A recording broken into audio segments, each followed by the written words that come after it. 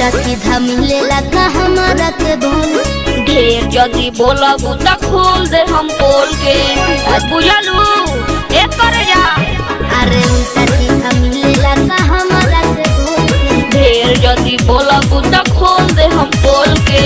सब बुझिले तोर मजादार। हाय सुना हाय रे उठलाली हाय रे कजरा जान मारे तोहरो टूपी से घघरा ए गोरी।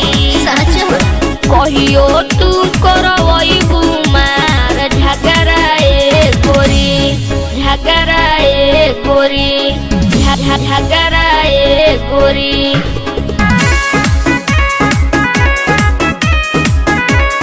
झगड़ा ए गोरी। और बेदर्दी काहे भइल बाड़